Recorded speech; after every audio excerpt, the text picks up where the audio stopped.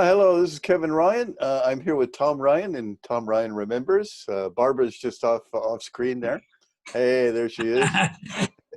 And today is our second installment about politics. I cut Dad off yesterday because I wanted to make sure that we could include everything. And I think this will be a multi-part series of things about politics. And today, I think we're going to talk about his, what I either call, let's see, it's either volunteer politician or death-related politician. Well, the Democrats were trying to get organized. The old town of Carpentersville was solidly Republican, and they didn't even have names on the ballot for Democrats. So he said, one of the things we need to do is get somebody's name on there. They might not win, but at least, we should have names on the for running Democrats running. Now we each put our name down for a different office. And what year was this? Right after Kennedy's election. So okay. We were successful with Kennedy, but he, of course, didn't carry Dundee Township, but he did carry enough votes. He carried Illinois by 5,000 votes. That's about one vote per precinct. And so it was a very close election. You did your part. And I did my part. So did Kevin. He went up to the door and handed the lady the literature. So we got Kennedy elected, and but our little Democratic Party group was very small, and but we did decide that in the next election, this would be a local election, we would put at least one name in front of every Democratic spot, and so I put my name down, Tom Ryan, for Cemetery Board of Trustees. And there were three trustees.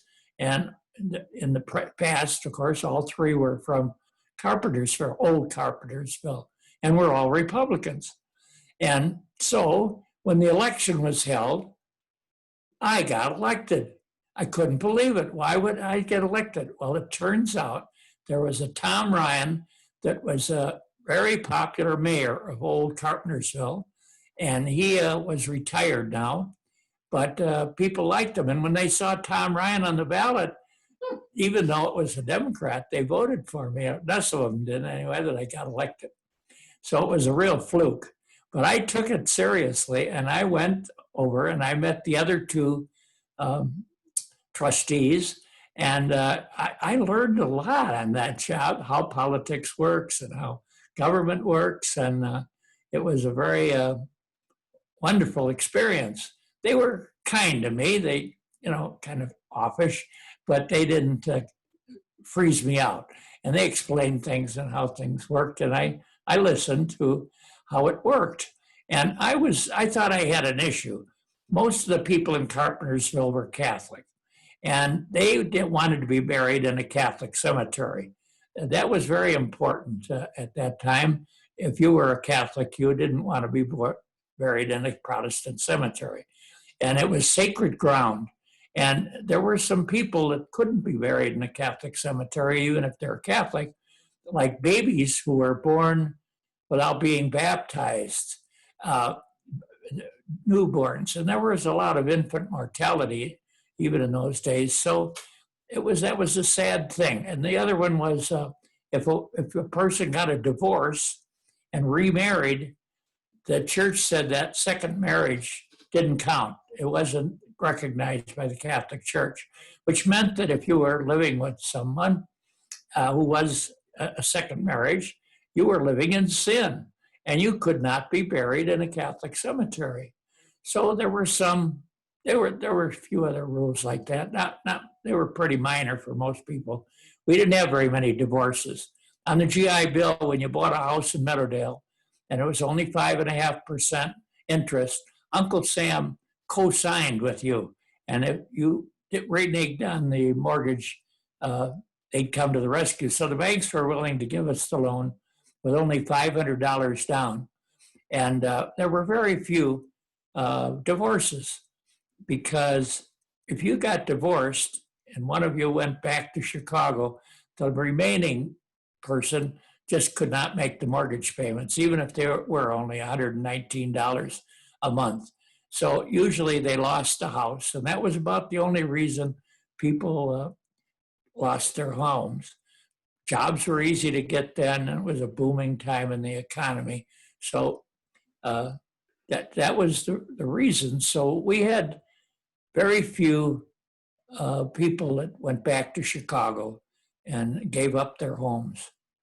But the cemetery was for the old town. We're all Protestants. They'd been at that cemetery for years, and we had very few deaths. We were all very young and young children, and so there wasn't any reason to, we weren't worried about the cemetery. So why should we pay taxes for a cemetery that we weren't going to use? So it was a new that was cemetery? My issue. Sorry, it was a new cemetery?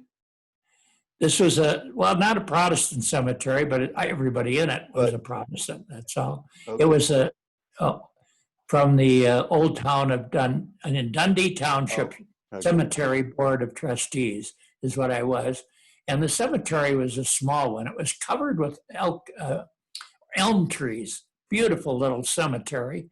But it turned out that the Catholics were not paying taxes to support Protestant burials, that the Protestants did pay fees when they were buried, and they had to pay for digging the grave, and they had to pay for putting the body into the grave.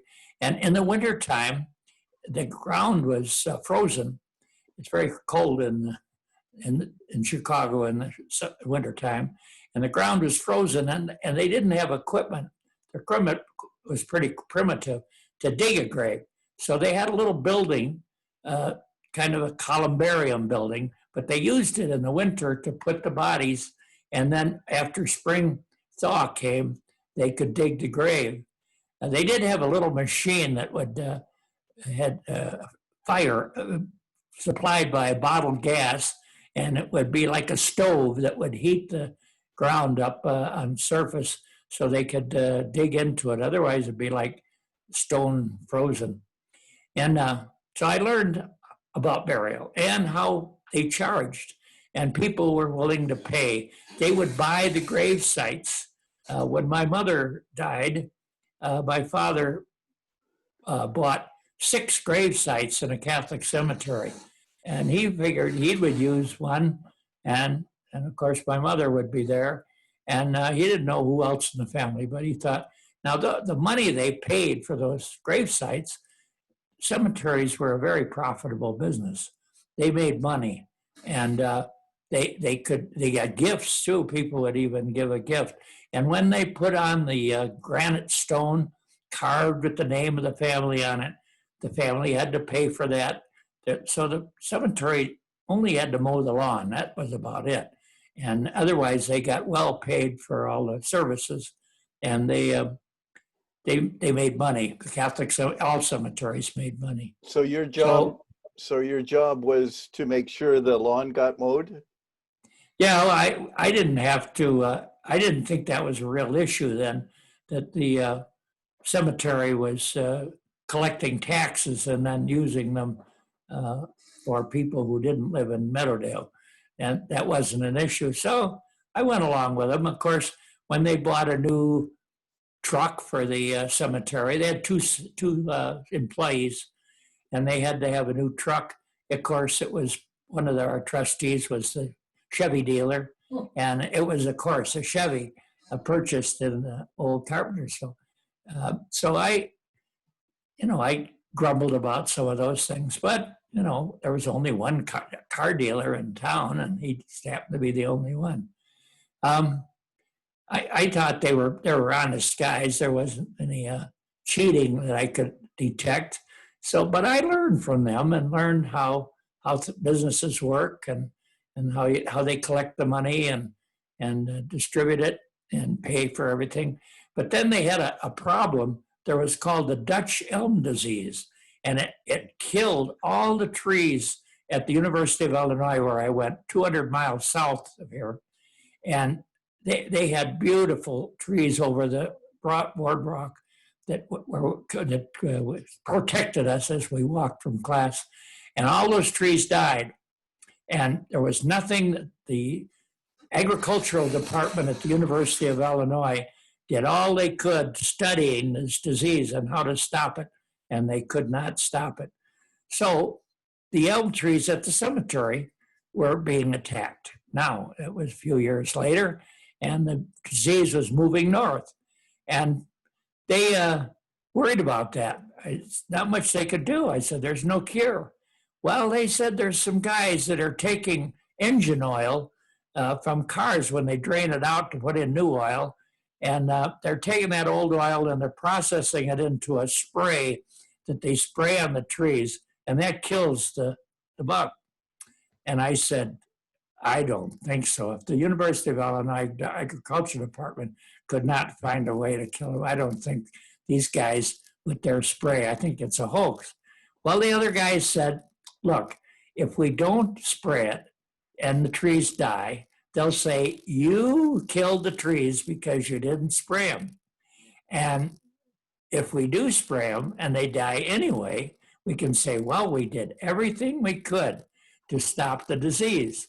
So I said, well, I guess you're right. We don't want to get blamed. And they always want to blame somebody. So we sprayed the trees, and of course they died anyway. And it's very expensive to cut down a dead tree, and one at a time with big equipment and carrying all the wood away. That ran into some money, and I think we probably did use some tax money for that. But it was like trees in a park; it'd be the same thing. And all the trees were dying in Illinois. Gradually, it would move north a few miles each year.